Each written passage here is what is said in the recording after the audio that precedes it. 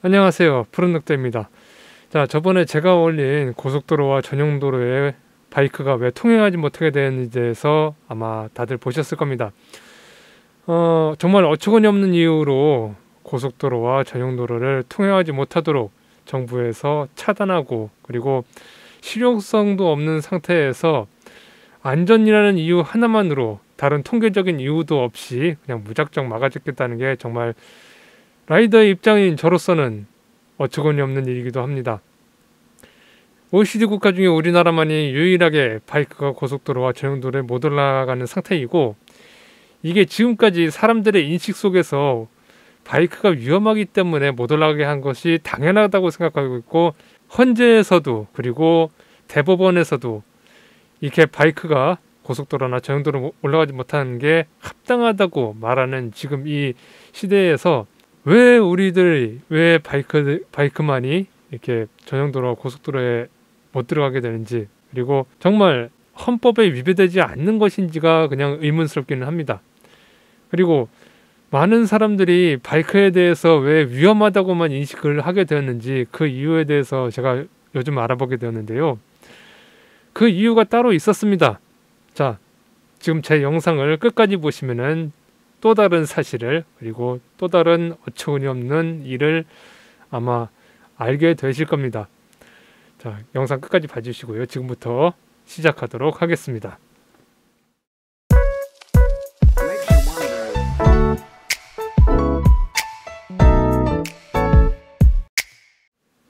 자, 오늘 이야기하고자 하는 것은 언론이 얼마나 바이크에 대한 인식을 망쳐놓았느냐, 그것에 대해서 이야기하도록 하겠습니다. 여러분들이 제 영상을 계속 봐오셨다면 아실 겁니다. 1960년대서부터 70년대 초까지는 바이크가 우리나라에서 그 어떤 도로에서든 간에 통행할 수 있었고 자유롭게 운전할 수 있었다는 것을요. 근데 1972년 이후로 바이크가 고속도로에 못 올라가게 되면서 그때서부터 본격적인 제재가 천천히 시작되었습니다. 물론 1991년 이후에 바이크가 전용도로에 못 올라갔고요. 자, 여기까지는 좋다 이겁니다. 근데 사람들이 왜 자꾸만 위험하다는 그런 생각을 하게 되었을까요? 누구에 의해서, 누군가의 가르침에 의해서, 혹은 누군가의 말에 의해서 그런 현상이 벌어지게 되었을까요? 저는 이 사실을 조사하다 보니까 언론에서 얼마나 많이 이 바이크에 대한 인식을 망가뜨려놨는지, 망쳐놓는지를 알게 되었습니다. 그 시대를 좀 거슬러 올라가자면은 1960년대부터 70년대 중후반까지는 바이크에 대해서 언론에서 그렇게 딱히 거론하는 것은 별로 없었습니다. 뭐 있었다고 해봤자 바이크의 문화를 좀 더 활성화시키고 좀 더 건전하게 바이크를 탈 수 있는 캠페인 정도? 뭐 그 정도가 다였다고 말할 수 있겠네요. 근데 80년대 초중반 이후로 갑자기 인식이 나빠지기 시작합니다.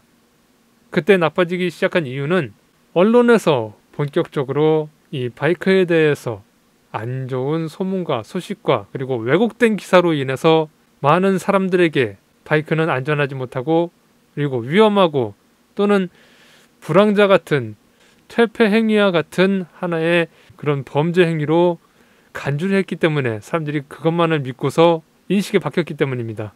자, 1970년대 당시 언론은 거의 대부분이 박정희 대통령에 대한 업적을 보도하는 그런 기사들이 많았습니다. 즉 박정희 대통령의 치적을 좀 홍보하고 좀 선전하는 그런 쪽의 기사들이 많았고 보도가 많았죠. 그때 당시에는 바이크에 대해서는 별로 얘기를 하지 않았습니다. 역시 80년대 들어와서도 그때 당시 전두환 대통령의 치적 또는 행보에 대해서 많은 보도를 냈지만 80년대 중반 이후부터는 왠지 모르게 언론들이 바이크에 대해서 특히 집중적으로 비난과 비판을 하기 시작합니다. 한 가지 영상을 보여드리도록 하겠습니다. 80년대 중반 여의도 광장에서 오토바이의 안정성에 대한 실험을 한 영상인데요. 오토바이 사고율이 매년 증가하고 있습니다. 그 사고 원인을 보게 되면 대개 운전자가 차선을 무시하고 고개 운전을 했거나 그러나 무엇보다도 큰 원인은 운전자가 오토바이의 성능도 잘 모르면서 과속 난폭 운행을 하는 데 있습니다. 오토바이는 특정 없이 앞뒤 브레이크를 동시에 잡아야 안전합니다만 급한 상황에서는 그렇지를 못합니다. 이 화면은 40km로 주행했을 시 앞 브레이크만을 잡았을 때입니다. 앞으로 몸 전체가 나가고 맙니다. 속도의 차이에 따라 제동거리에 어떤 영향을 미치는가 알아보겠습니다. 우선 오토바이 2대에 40km와 60km로 질주해 보겠습니다.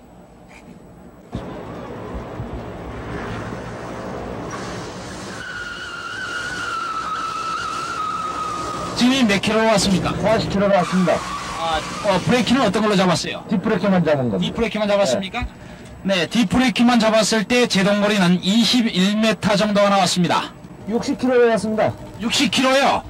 네, 뒷브레이크를 사용했을 때 이 제동거리는 37.1m가 나왔습니다. 이처럼 앞 브레이크를 잡으면 몸이 앞으로 튀어나가고 뒷브레이크만 잡으면 제동거리가 길어져서 앞차와 충돌할 위험이 많습니다.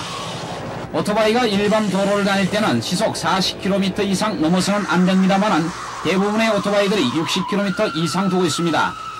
그리고 60km 이상 시속을 내고 커브길을 돌 때 다음과 같습니다. 보시는 것처럼 길 밖으로 튀어나가고 맙니다. 이 자료 화면을 보시면은 언론이 바이크에 대해서 얼마나 왜곡하고 있는지, 그리고 바이크에 대한 지식이 얼마나 없는지, 그리고 무지한지를 단적으로 보여주는 예시라고 하겠습니다. 기사 내에서는 라이더들이 바이크의 구조적 특성을 모르고서 운전하기 때문에 사고가 많이 발생한다고 하는데, 정작 기사의 내용을 꼼꼼하게 살펴보면은 기자는 이 바이크에 대해서 어떻게든지 안전하지 못하고 위험하고 그리고 타면은 안 되는 것으로 인식을 시키고서 더 부각을 시키고 있습니다.